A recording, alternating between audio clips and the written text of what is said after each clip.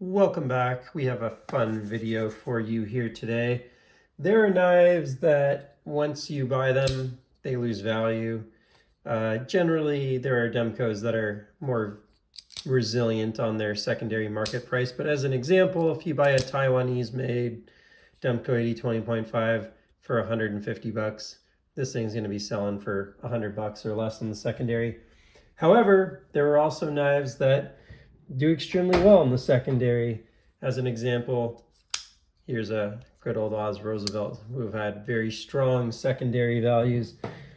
But regardless of those things, there's also just the buzz of the secondary market. And I thought I'd make a video today based off of the buzz of the secondary market and the knives that maybe some of you or others try and get me to sell more than any others that I have shown on this channel. So let's start with number one here, or not number one. We're going to start with the bottom of the stack, but the one that's not as often, but definitely gets some interest, and that is the VC Edge interface. Is one of the knives that I'm actually surprised I don't get more requests. I certainly see ISOs on this a little less lately, honestly, but I think it's because Jason's been maybe a little less active making knives lately or releasing knives or something. I don't really know what's going on with VC Edge right now, but the VC Edge interface is super cool knife. Now, I think if this was like a titanium and super lightweight titanium, like if he did this for the entire knife, wow, that would actually be super interesting. And this might be an insanely popular knife on the secondary market. But it's definitely one that I get some significant requests on, and people ask me like, will you sell me that knife? And it's in my top 10 of knives that people ask me to buy or to sell to them. Number two here would be, or not number two, but the next one up would be the Brown Knives Mini FSD-i. I get quite a few requests. Will you sell me that? I've sold quite a few of them. In fact, when I see them on the Facebook groups, I buy them just if they're not selling, just because I know people need these and that they, for some reason, come to me for these. But one of my favorite knives, and actually I'm talking to a guy about buying this one right now because I have two of this same model. But that's the Brown Knives Mini FSD-i, the inset liner lock. The button lock also, I get a lot of requests on, to be honest. I'll put these this way. I think the lighting might be a little better. We'll see, maybe not. So those two very popular knives in my collection that people do come to me quite a bit to try and buy. This one's kind of interesting, and I'd actually get more requests on it, but I try not to post it too much because I get too many requests sometimes when I do. But this is the Brown Knives Cortex in a this is the original Cortex, not the Cortex XL that just came out. That one could definitely be on this list as well, though. Probably should have brought that out. But this original Cortex in the diamond-plated titanium, people freaking love this thing, and I get quite a few requests to sell this. This is a frame lock version in that full textured tie, and people go pretty gaga over that for sure. Next up on the list here, a little less so now, but man, for a long time, people would freaking hit me up about this, like not daily, but like on a weekly basis. People were asking me to sell my full-size Demco 8020. I think even though this is the cool kind of original one with the without the laser etching, with the original hand scribe or whatever, I think the reason these are a little less now is because they've actually upped their volume quite a bit on these full-size.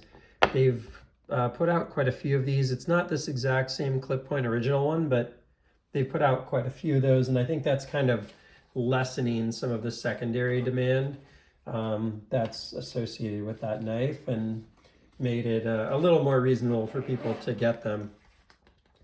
The next one here is a really cool one. Not only are these SPK Lmax popular, but these Gen 1s in the Nature Grip and the Stonewash. So you've got like a rare knife, a rare finish, like a rare milling, and a rare finish.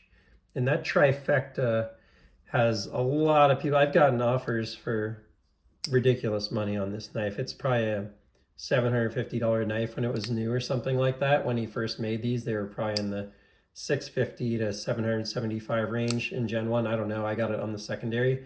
I've gotten offers over $1,000 for this. Really beautiful knife, really cool knife, but the new ones are actually quite a bit better. Not all of them, but like, let me just pull this out really quickly. And maybe I should put this on the list too, but it's just another version of the same thing. This V3 Lmax is on another level on bearings. Like, the action is just spectacular. So I'll maybe just throw this one out there too, but awesome version that also has, I've definitely gotten requests for selling that one as well, but it's probably less. It's probably more like maybe here, like that or something. That's probably the right order in terms of where I get the most asks to sell the knives. All right, this next one, I've gotten insane offers. I've gotten offers for twice as much as what I paid for the knife. It is definitely one of the coolest knives in my collection, and it's the Damascus Oz Roosevelt. I can't remember if it was 2204, 2204. 2203 was the zipper Damascus. This is the ladder Damascus. Really beautiful knife, super cool. Really a cool finish. To me, it was my favorite of the ones that were available at the Oz Machine Company's annual event, the Maker Syndicate. And to have pulled it away from that event was quite special. And I still just get a ton of, not only a ton of interest in this is the one that I get the highest offers. Well, maybe the second. It's like tied with the one I get the highest offers exponentially more than what I paid. Like double what I paid for it, people have offered me for this, and I'm just like, look, that's not for sale, sorry. The next one is probably gonna drop, but at this point today, while I'm making this video, the Oz Roosevelt XL, I get, if I post videos on this, a ton of offers about this one. These are new, they're hyped, they're big, monster knives. You'll see when I put it down next to this guy. And these are just hot because they're new and they're hot on the secondary. I've seen some stupid numbers that these are selling for. They're 900 new. You're seeing them go for 1,300, 1,600 bucks. Kind of ridiculous, but it is what it is.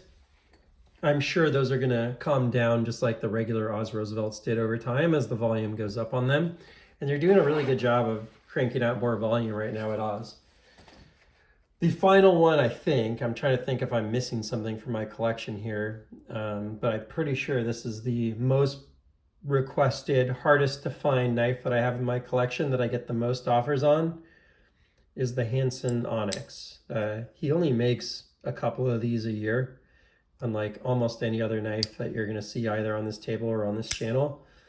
And this is not only a great knife, but it's just super rare. And accordingly, man, I get a lot of offers and a lot of crazy offers, and I get a lot of people, like even the same person, asking me for this knife like over and over again. There's like a handful of people that are like, are you ready to sell it yet? Are you ready to sell it yet? And it's like, no, probably never gonna sell this knife, sorry to disappoint you, but it is just a beautiful knife. Scott Hansen out of Indiana just does such low volume. He does, maybe 2 shows a year, brings a handful, 5, 6 knives at the most. And so not only is it a great knife, but it's a rare knife. Probably the closest competitor, along with this guy here, to the Oz Roosevelt in terms of best knives in my collection. So it's a great knife and it's rare and it's beautiful and it's just so cool. So that one is the craziest one that the most people probably hit me up about. Like, will you sell that? Will you sell that? I get constantly hit up about that knife, and unfortunately there's not a lot of them out there, and I got to buy that one directly at Maker Syndicate from Scott. It was my first choice at the show, and got super lucky that he decided to do first come first serve, and I stayed in line overnight and it worked out. But that's it. Those are the knives that I get hit up for most of any in my collection. What is that, the top 9 here? If I had just brought one more out, it would have been the top 10, but I screwed that up. Yeah, you can hopefully see why. These are all really cool knives. They're also kind of similar. So you can see like what gets people excited now. It's something like this, right? This is the only one that's carbon fiber scales. They're all titanium scales, really nice blades, really nice size, and have rarity, right? Those are the things that generally drive demand on the secondary and generally make people cuckoo to try and go get your knife from you. So That's all for now. Feel free to throw any questions you have in the comments. Please feel free to like and subscribe if you enjoyed the video, and I will see you on the next one. Take care.